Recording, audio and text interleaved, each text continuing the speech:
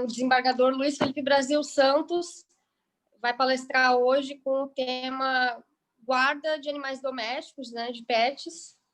Boa noite, desembargador. Boa noite. Podemos começar? Pode começar. A palavra está com o senhor. Pois não.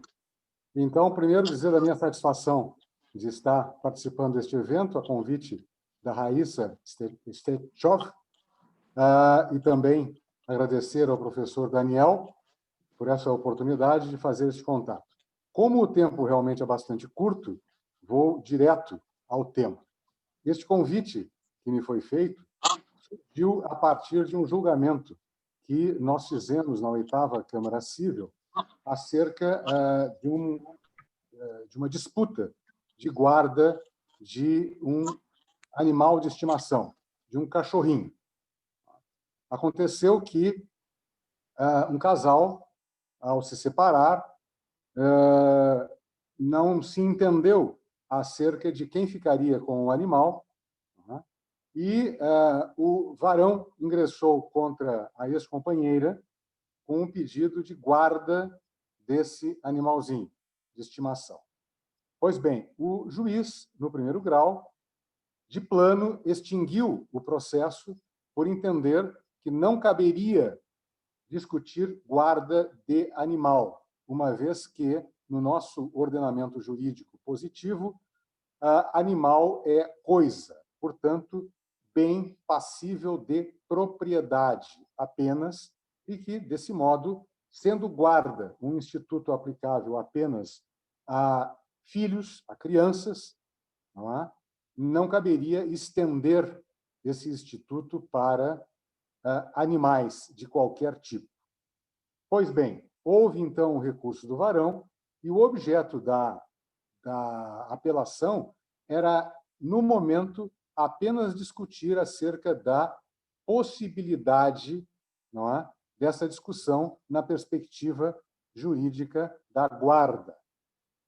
Não se decidiu ali com quem ficaria o animal ainda.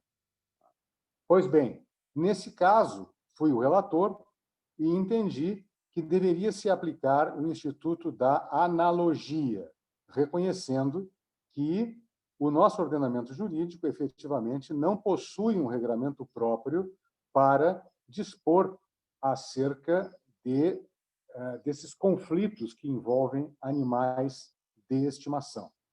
Então, recorri à analogia, artigo 4º lá do Código Civil, para dizer que se aplicaria, por analogia, a custódia dos animais, porque, a rigor, não se deve utilizar o termo guarda de animal, e sim custódia, mas, na falta de uma regra própria, que se aplicasse, então, as regras relativas à guarda de crianças. Pois bem, houve voto de um outro colega, que é integrante da Câmara, da 8ª Câmara Civil, o Tribunal de Justiça Gaúcho, que entendeu que, embora concordasse com o prosseguimento do feito, mas que a discussão deveria se dar na perspectiva do direito de propriedade, da propriedade comum, e não se aplicando por analogia o Instituto da Guarda.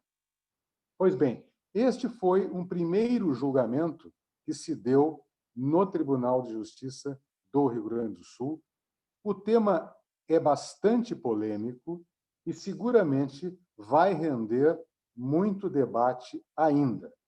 Não é, certamente, inédito na jurisprudência brasileira, mas é, sim, inédito na jurisprudência do Tribunal Gaúcho.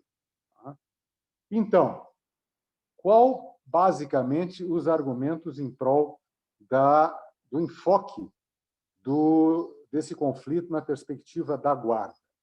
Primeiro, é preciso ver que a família, na atualidade, é vista na perspectiva do afeto.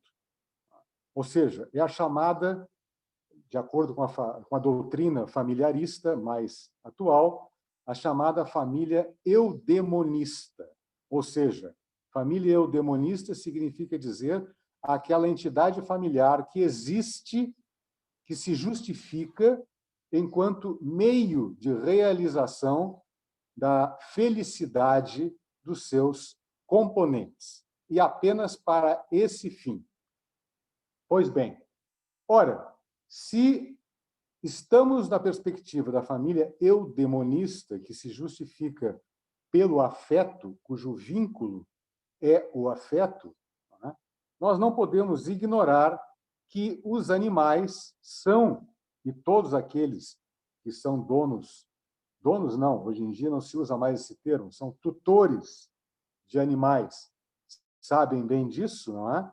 Os animais são verdadeiras baterias de afeto. Há muitas pessoas que, morando ou não sozinhas, e aqueles que moram sozinhos sabem melhor do que ninguém disso, não é? Que os animais de estimação são, sim, integrantes de suas famílias. Por isso se fala hoje em família multiespécie. Pois bem, aí, quando nós começamos a nos aprofundar nessa questão, coisa que, evidentemente, em 15 minutos é impossível de fazer, eu estou tentando apenas trazer alguns elementos iniciais para quem, eventualmente, se interessar pelo tema, possa, posteriormente, pesquisar, investigar melhor. Em 15 minutos não dá mais do que isso para fazer, não é? Nós temos que há muita controvérsia doutrinária e jurisprudencial no que diz respeito aos direitos que esses animais possuem. Pois bem, o Instituto Brasileiro de Direito de Família já teve oportunidade, já teve ocasião, no seu 10º Congresso de Direito de Família, de aprovar o enunciado número 11, que dispõe que, na ação destinada a dissolver o casamento ou a união estável, pode o juiz disciplinar a custódia compartilhada do animal de estimação do casal. Então, já há um entendimento no âmbito do IBDFAM acerca desse tema. Pois bem, a primeira questão que se coloca aí é o seguinte: o que são animais de estimação? Quando nós falamos em pets, a primeira coisa que os primeiros animais, vamos dizer, que nos vem à mente são os cães e os gatos. Recente levantamento do IBGE, de 5 anos, do ano 2015, constatou que há mais lares no Brasil com cães e gatos do que com filhos. Ou seja, entre cães e gatos, há cerca de 62% dos lares brasileiros que os detêm. Um número bem superior ao de crianças.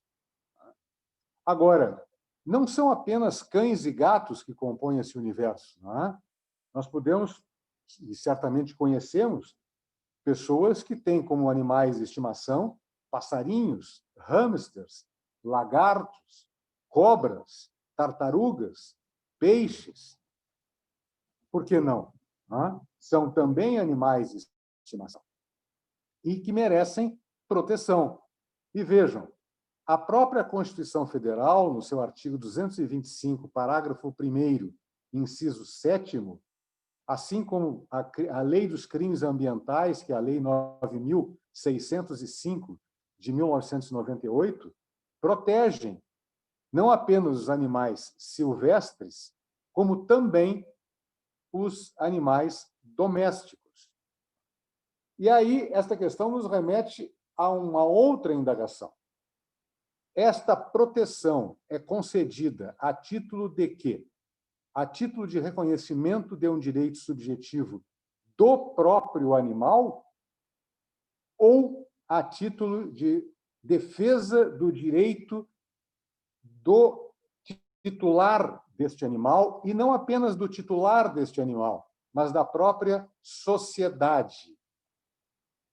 Pois bem, há quem defenda, nas correntes, digamos assim, mais radicais, que os animais merecem ter reconhecida uma personalidade, até uma personalidade jurídica. Nos parece um tanto exagerado esse ponto de vista. Tá? Por quê? Porque, na medida em que se reconhece a personalidade aos animais, tá? Tem que se reconhecer que os animais poderiam adquirir direitos, e não apenas direitos, como também deveres. Isso significa dizer que um cachorrinho que mordesse alguém poderia ser responsabilizado pelo dano, ele, o próprio cão, pelo dano causado a essa pessoa. Nos parece um tanto inviável esse entendimento. Não é? É claro que o responsável não seria o animal, seria o proprietário do animal. Pois bem, nos parece que no meio termo, como só ia acontecer, é que está a melhor solução. Ou seja, se reconhecer não uma personalidade jurídica, mas uma capacidade de adquirir direito subjetivo, aos moldes do que, por exemplo, sucede em nosso ordenamento jurídico com os nascituros, tá? que não são reconhecidos como pessoa, mas que têm protegidos determinados direitos. Isso, até este limite, nos parece, são direitos de proteção. Por quê? Porque na outra extremidade, tá? Existem aqueles que mantêm o entendimento tradicional, que está no nosso Código Civil, no sentido de que os animais são coisas. No entanto, este entendimento, esta perspectiva de que os animais são coisas, nos gera bastante dificuldade. Por quê? Porque eu não posso entender que um animal de estimação tenha o mesmo valor, por exemplo, do que um relógio. Evidentemente, eu posso danificar, eu posso quebrar um relógio, e não, sendo ele de minha propriedade, que eu não vou responder de nenhuma forma, nem criminalmente, nem civilmente, por esse dano, já que o bem é de minha propriedade. Tá?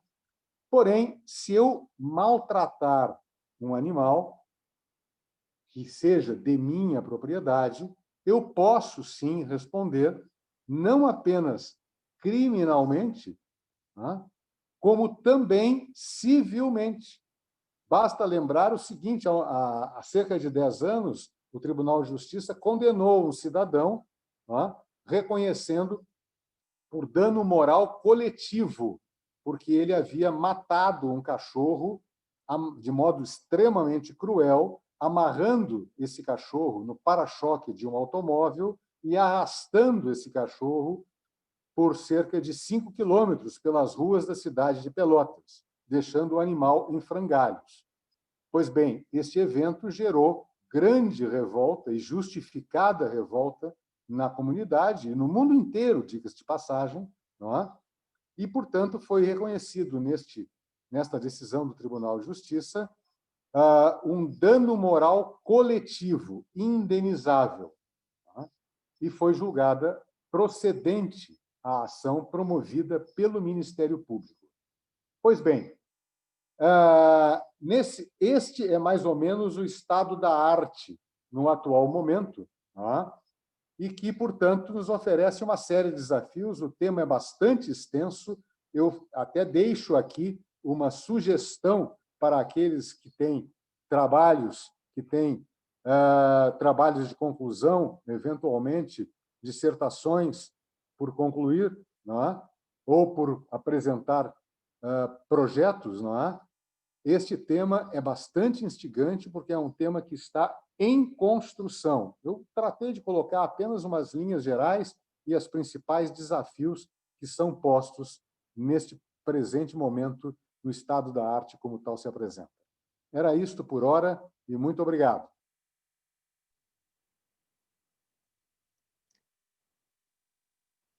Bom, uma boa noite. Gostaria